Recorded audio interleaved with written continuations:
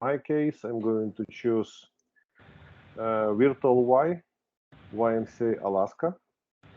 And as you know, we are working in production branches, which are live, then site ID, and then site name. So it's live 0153 virtual Y Alaska. So let me make a fast release for us. And fast release should be 0153.1.0. So it's gonna be fast release, but branch should be chosen 0153.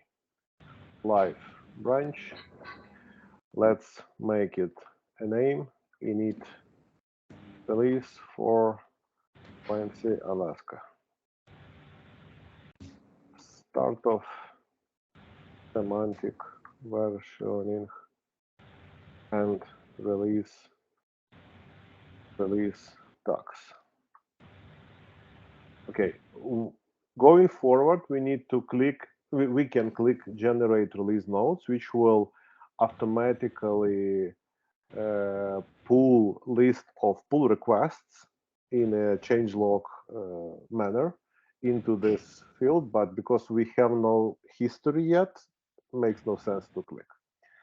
But once we have it, double check that it's proper branch. Let's make publish release.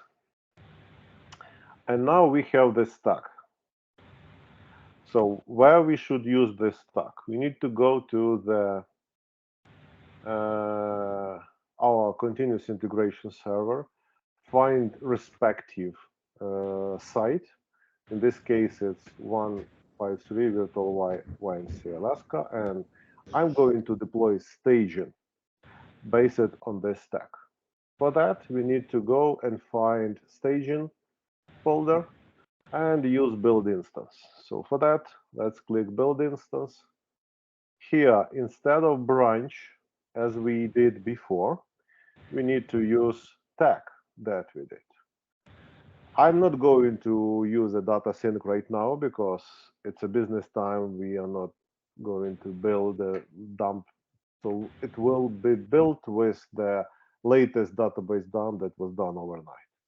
And now let's run build. So what will happen here? So it's synchronizing files from data server to instance. It's synchronizing. Then it should sync database, public files, private files, public files. Yeah, it may take some time.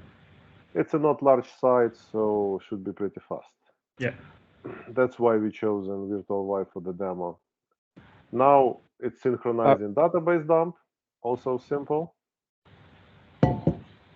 And the most interesting piece. Are we synchronizing the versioning to the Drupal versions that we're using?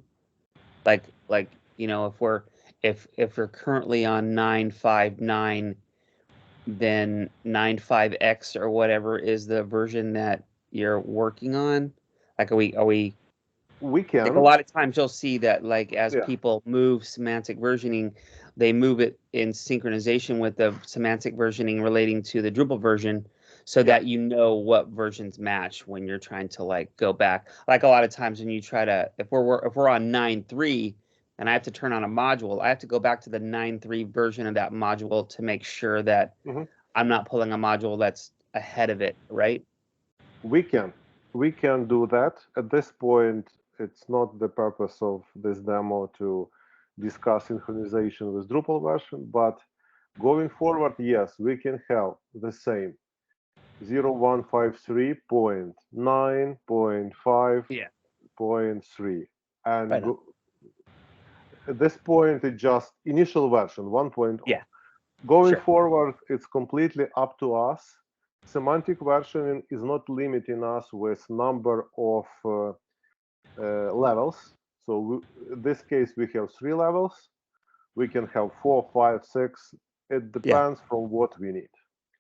Okay, let's back to our process. Right now, it's importing database. And the last but not the least should be code deploy. And this is where I want to show you how it works after DB import. Here is a deploy. Yeah, you can go inside that. It's a scheduling, then it should be starting building. And here it is. Now I can go to the console output. I can go to build console output.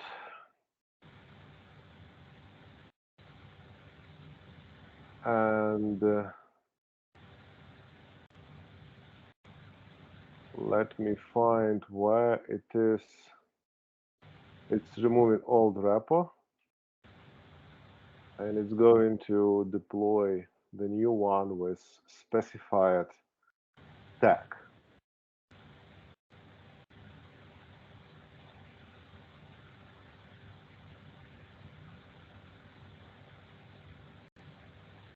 I'm just curious if we have anything like.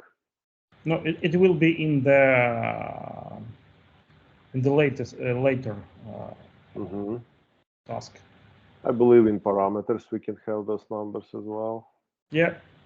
Here is a shell of copy of repository. Let me open parameters. Yep. Here is in parameter, it's already using that version string. So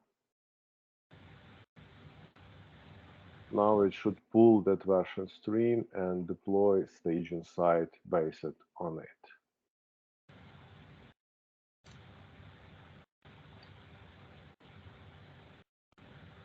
Yeah, and the main reason why we need this, we are approaching the epic of having rollbacks.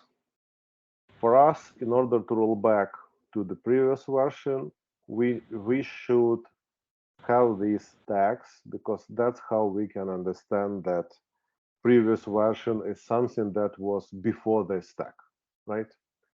Yes, we still can use these hash commits, but it's not convenient for us, and it's hard to find what was deployed back then, because even when we look into the parameters, here in version is going to be only branch, which is not steady. Like branch is where we're developing, and we can't rely on branch name when we talk about rollbacks.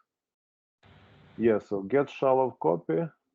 Yeah, so it's showing us this hash, and we can validate that it's a 93BB610, 93BB60. So yes, we deployed this specific hash, but now we have this information that this build number 250 was 0153.1.0, and next build is going to be 1.1, 1.2, or to your point, Jeremy, 9.5.3, for example, right? We can jump to these numbers after this. Yeah. So that's the major change that we wanted to present, because I'd like all of us start to use these tags going forward. We are using only live branches, remember that, going forward. And sometimes we can even use tags for testing, like we can specify custom tag on completely feature branch, deploy it to staging for testing or to development. And if everything is tested, we can switch back to proper branch which is needed. So that's it. It's still working on synchronizing, but that's the major point. Let me stop recording.